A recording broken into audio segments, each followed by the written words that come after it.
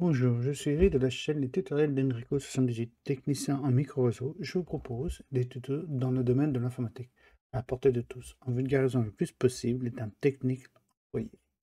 Nous allons aborder dans cette vidéo sur le sujet, donc la suite, et là en cas pratique, de qu'est-ce que c'est un serveur DNS et à quoi ça peut servir. Donc restez jusqu'à la fin de cette vidéo, je vous proposerai d'autres vidéos sur le même thème ou sur d'autres thèmes qui pourraient vous intéresser. Et bien sûr, avant tout commençant, si vous aimez mes vidéos, je vous propose de cliquer sur la cloche et ou de me mettre un pouce bleu pour m'encourager, cela me fera plaisir, et pour les nouveaux, de vous abonner afin de pouvoir être informé de toutes nouvelles vidéos publiées.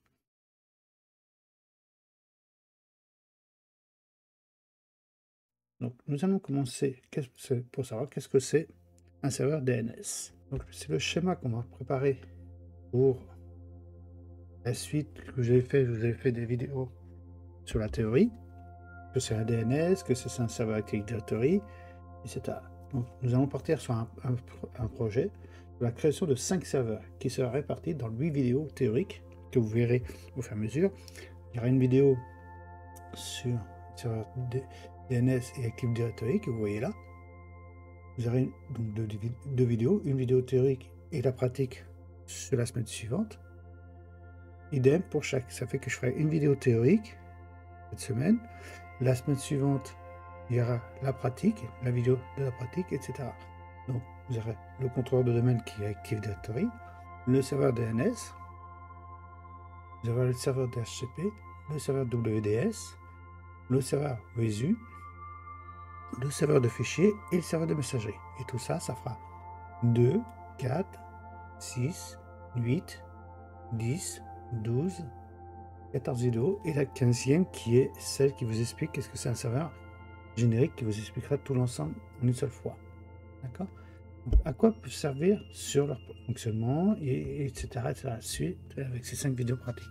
Donc je vous conseille de regarder bien sûr les vidéos théoriques pour mieux appréhender et comprendre les types de serveurs que nous allons créer en visionnant les vidéos pratiques. Et comprendre. Donc nous allons dans un premier temps représenter sur ce papier, en papier ou sur PC, la planification des bases du projet par l'adresse IP et la configuration du serveur en leur attribuant une adresse IP fixe et un nom dans chaque serveur que nous allons créer, étape par étape, de vidéo à vidéo, etc. Puis nous passerons en pratique. Donc, pour pouvoir, on a là le tableau que devra représenter l'affichage qu'on devrait faire. Moi, je vous propose de créer ce petit tableau-là. On va créer, donc, on va utiliser une adresse IP sur le réseau qui commencera par 192.168.10.0/27 parce qu'on ne va pas utiliser beaucoup de serveurs. Donc on va utiliser que 30 autres, comme ça, même moins si vous voulez, avec un masse sur le réseau 255, 255, 255, 224. Alors les premières plages d'adresse disponibles que vous pouvez voir, ce sera le 1. Là on appelle ça la création d'un adressage IP. Bon, avant de tout déploiement de PC, on doit peaufiner, savoir quels sont les serveurs qu'on va mettre en place, quelle adresse IP qu'on va utiliser, etc. Et planifier l'ensemble pour savoir. Ça, si vous voulez, j'ai déjà fait une vidéo, qu'est-ce que c'est l'adressage IP, mais si vous avez encore plus d'explications, dites-le moi dans les commentaires, je vous ferai un plaisir à ce moment de vous expliquer ou de vous faire une vidéo là-dessus. C'est le principe qu'on va faire, donc les pages d'adresse. On va lui donner un beau de 8 jours, on peut donner plus ou moins, c'est comme vous voulez. Vous pouvez choisir d'autres adresses IP, hein. Là. Cette adresse IP, la 192.168, celle-là, cette adresse IP, elle est à part, c'est un serveur. Vous le faire voir derrière dans le schéma. Le serveur, le voilà, qui sera relié au WSU, qui nous permettra une sorte de petit pare-feu, qu'on va mettre ici, qui fait la passerelle entre Internet et le réseau qu'on a ici. Donc, vous pouvez voir, et là, on connectera un serveur à un PC utilisateur pour faire le test, pour qu'il puisse accéder à ces serveurs-là. C'est ce schéma-là que vous voyez. Donc, vous voyez, là, la première vidéo qu'on va faire, c'est celle-là, sur qu'est-ce que c'est un contrôleur de domaine. Donc, on va créer un contrôleur de domaine et un serveur DNS. Dans quelques semaines plus tard, on fait le DHCP et le WDS. Le WSU, comme vous pouvez voir, j'ai fixé les adresses IP vais paramétrer les adresses IP pour chacun. Le switch, c'est comme on va faire en PC, on va faire ça en mode virtuel. Donc, c'est comme si, vu que l'utilitaire que je vais utiliser, c'est un VirtualBox, et c'est lui qui va, entre guillemets, simuler le switch. Il y aura le serveur PF5 qui sera lancé quand on va faire la configuration du serveur Wesu, qui lui est relié directement à ma box, le serveur PNSense, et qui nous permettra d'accéder à Internet. Et comme vous voyez, je vous ai présenté le PC utilisateur qui lui sera aussi relié, qui pourra accéder au serveur, avoir une adresse IP DHCP, pouvoir envoyer des mails grâce à la messagerie qui sera en place, faire un partage de dossiers partagés sur le serveur de fichiers, pouvoir se mettre à jour avec le serveur Wesu. Et c'est avec le serveur WDS qu'on pourra faire un déploiement sur l'utilisateur aussi, de paramétrer. Ou faire ça sur un autre PC. On pourra créer un PC master. Si vous avez... Tout ça, c'est ce que je vous expliquerai au fur et à mesure de chaque vidéo. D'accord? On va pas tous les étaler aujourd'hui, on les faire un par un, parce que sinon ce serait une vidéo très très longue si on devait faire tous les serveurs. D'accord? Donc on va basculer sur le premier serveur. Vous faire voir, parce qu'on va utiliser ce serveur-là. On va utiliser un serveur 2008 R2 pour pouvoir déployer tout l'ensemble. Bah, c'est pas lui qui demande le plus de ressources, mais il en montre quand même. Parce que si on l'utilisait, on peut voir qu'il n'a aucun rôle. Il est en mode adressage DHCP. Et comme je vous ai expliqué, il faut que chaque serveur a sa propre adresse. L'utilisateur, il va avoir du mal à se connecter si le serveur change d'adresse IP à chaque fois. Bon, on va y créer un rôle, etc. Donc la première chose qu'on va faire, on va commencer à lui donner donc une adresse IP fixe. On va se baser bien sûr sur l'adressage qu'on a créé sur la feuille. Vous vous rappelez. Donc on va aller, vous pouvez voir, on va aller dans le point. Je recommence, parce que je parle, je vous explique en même temps. Donc, on clique sur configuration du réseau, clic droit, propriété, et on va changer l'adresse IP. On s'en fout de l'IPv6. Pour l'instant, on va se baser sur l'IPv4. On va le débloquer et là on va y fixer une adresse IP fixe. Alors, sur le serveur DNS qu'on avait, donc contrôleur de domaine, l'adresse IP qu'on y avait proposé c'était 192.168.10.1. Un masque sur réseau 255.255.255. Ici on va mettre 224. La passerelle, ce sera notre serveur Wesu, qui sera adresse IP 192.168.10.10.3. Serveur DNS, on va pas le remplir parce qu'on va le créer. Mais bien sûr, il peut pas se connecter au réseau. C'est pas grave, mais au moins on ira fixer une adresse IP direct. On va changer le nom de l'ordinateur, qui soit plus explicite, parce que ça, oui, etc. Et là, il y a une convention de nommage. Quand vous nommez un serveur, il faut garder la même structure pour chaque serveur. Il faut juste pouvoir l'identifier. Par exemple, là, on va utiliser serveur. On va y créer un rôle. On va y installer le rôle. On va le balancer en tant que contrôleur de domaine. On va faire plus vite. On va faire DC promo. Voilà sa procédure. Ça va le transformer. Il va installer automatiquement le rôle de DNS et l'Active Directory. Bien sûr, je ferai une vidéo pour configurer Active Directory plus en profondeur. Là, on se base pour l'instant sur le DNS. La vidéo précédente, c'était la théorie du DNS. Je vous explique la pratique pour installer le DNS. La vidéo qui suivra, ce sera sur Active Directory. Et automatiquement, il y aura la suite de cette vidéo sur ce contrôleur de domaine où on va faire des noms, de rôles, des OU, etc. Et qu'est-ce que c'est? Après avoir regardé, bien sûr, si vous regardez la vidéo sur qu'est-ce que c'est Active Directory et à quoi ça peut servir. Donc, on peut voir, on suit. Suivant. On rend automatiquement les problèmes d'installation de serveur. On va le cocher. Donc, on va créer, c'est notre premier domaine. Là, sinon, si par exemple vous aviez déjà un contrôleur de domaine, il faut l'associer à une forêt. Ça, je vous expliquerai ça dans Active Directory justement. Là, on va créer un nouvelle forêt, donc un nouveau domaine. Ouais, on va donner le nom du domaine qu'on avait marqué sur le document. Si vous vous rappelez bien, on lui donne un nom. Le nom de domaine, ça sera marqué. On va appeler donc Enrico. Vous pourrez donner ce que vous voulez. Enrico 78. On va prendre vu que c'est tutoriel d'Enrico. Local. Prenez un autre nom, hein, mais bon, c'est vous qui choisissez. Faites suivant. On crée donc un nom de domaine, en quelque sorte. On crée une nouvelle forêt. On va se baser sur... On va faire la version en dessous, antérieure. Là, c'est si, par exemple, vous vouliez relier ce contrôleur de domaine et qu'il puisse avoir accès à des serveurs de domaine ou d'autres serveurs qui sont inférieurs, entre guillemets inférieurs, qui sont de version précédente. Là, on l'a pas, donc on s'en fout. On continue. On peut voir, vous voyez, il va installer le rôle de DNS. Suivant, on dit oui. On laisse ça parce qu'on peut voir, c'est là, vous avez, c'est les liens, les répertoires où vous mettez enregistré par exemple la base de données, les fichiers journaux s'il y a des problèmes, et problème de 6 volts qui vous permettra de restaurer votre serveur DNS. On va y donner à celui qu'il faut y donner un nom de serveur. Hein. Pour faire la restauration du contrôleur de domaine, si un jour il y a un souci, il faut donner un nom. Donc, bien sûr, donner un nom différent au contrôleur de domaine. Hein, donnez-lui un nom différent, assez complexe pour pas qu'il soit piraté.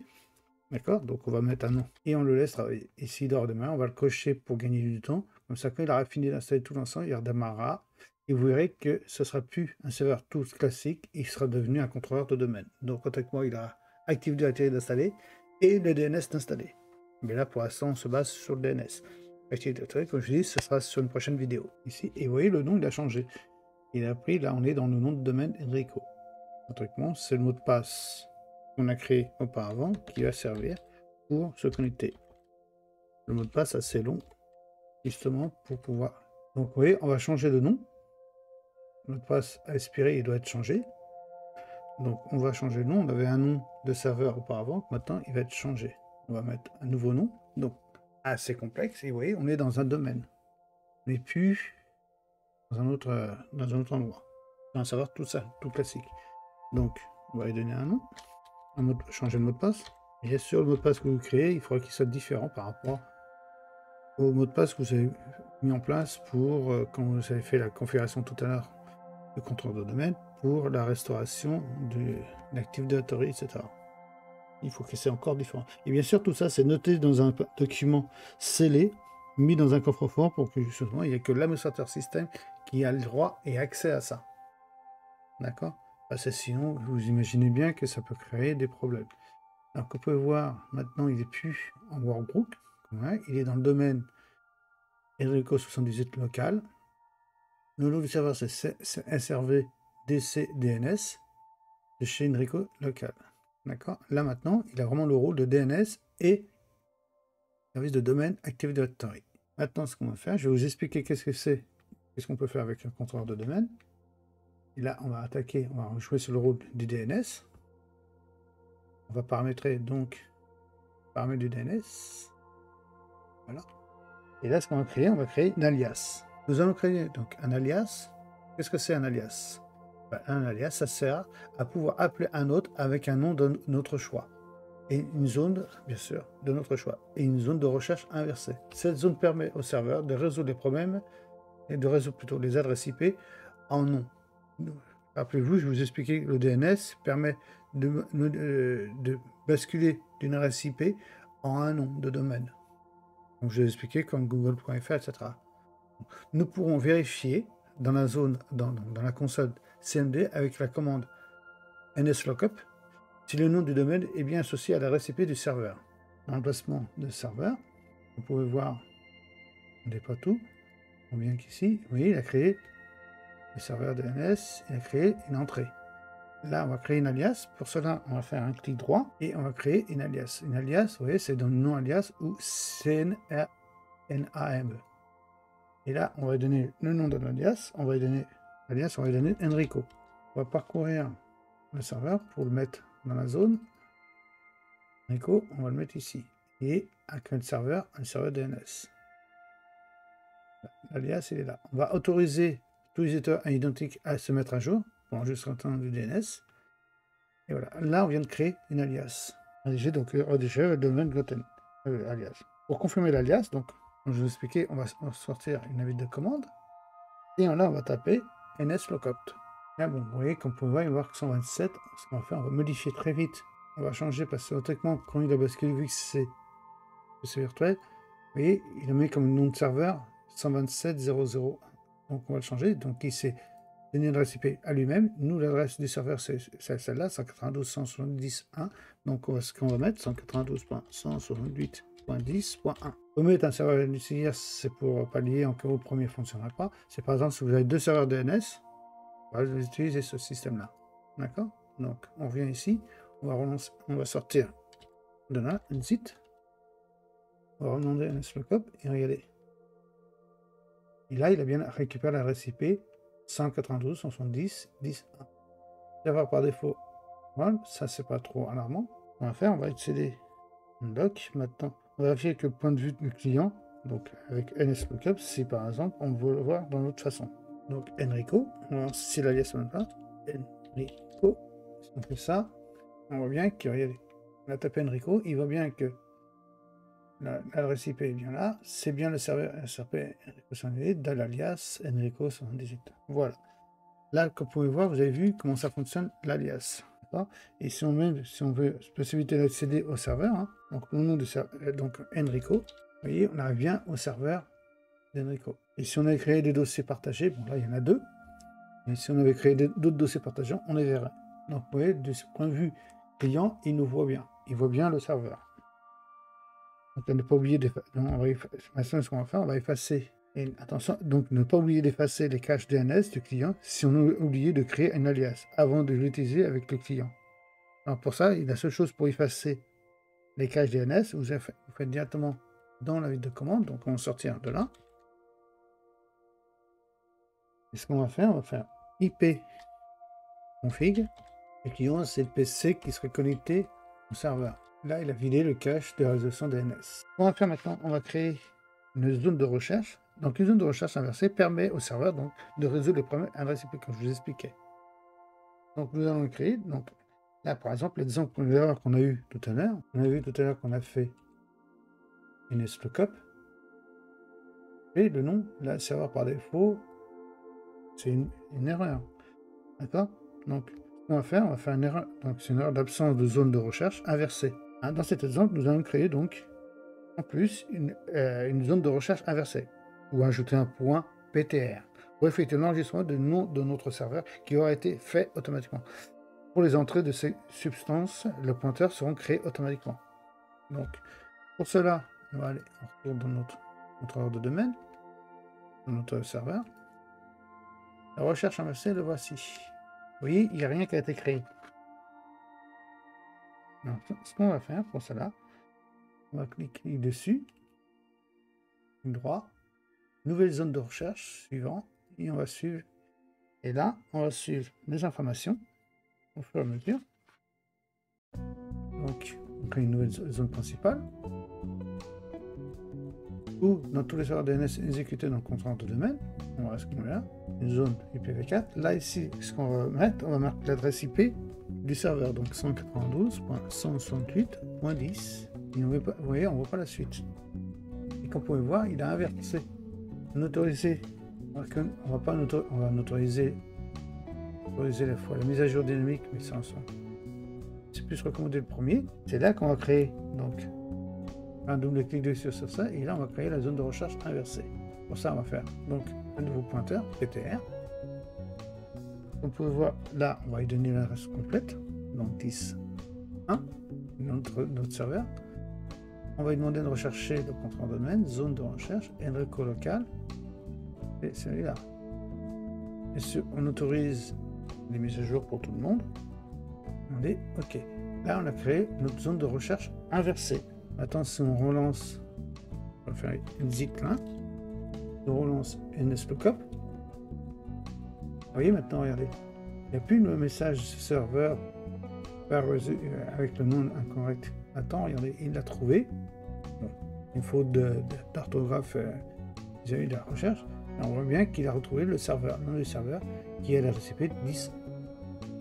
Voilà, c'était une petite vidéo, donc une vidéo sur le contrôleur sur une partie du contrôleur de domaine, donc surtout sur le paramétrage du serveur DNS. La prochaine vidéo qu'on fera, ce sera sur le contrôleur de domaine, donc, et Active Doté, le paramétrage. Bien sûr, je vous conseille de regarder la vidéo précédente sur Active Doté. Qu'est-ce que c'est et à quoi ça sert, la vidéo théorique. Et bien sûr, nous, on prendra après la vidéo pratique sur cet effet. Je vous remercie d'avoir donc regardé cette vidéo. Et si là vous intéresse que je parle sur le même sujet, sur d'autres sujets, dites-le moi dans les commentaires. Si de ce, je me ferai un plaisir pour cela, de faire une ou des vidéos et pourquoi pas de développer le ou les sujets proposés. N'hésitez pas aussi, si vous avez aimé mes vidéos, de cliquer sur la cloche et ou de mettre un petit pouce bleu pour m'encourager. Cela me fera plaisir. Et pourquoi pas de vous abonner à ma chaîne. Et comme convenu, je vous propose d'autres vidéos sur les mêmes thèmes ou sur des thèmes différents qui pourraient vous intéresser. Pour cela, allez visiter mon site web. Merci et au revoir. Et à une prochaine sur ma chaîne pour de regarder d'autres vidéos.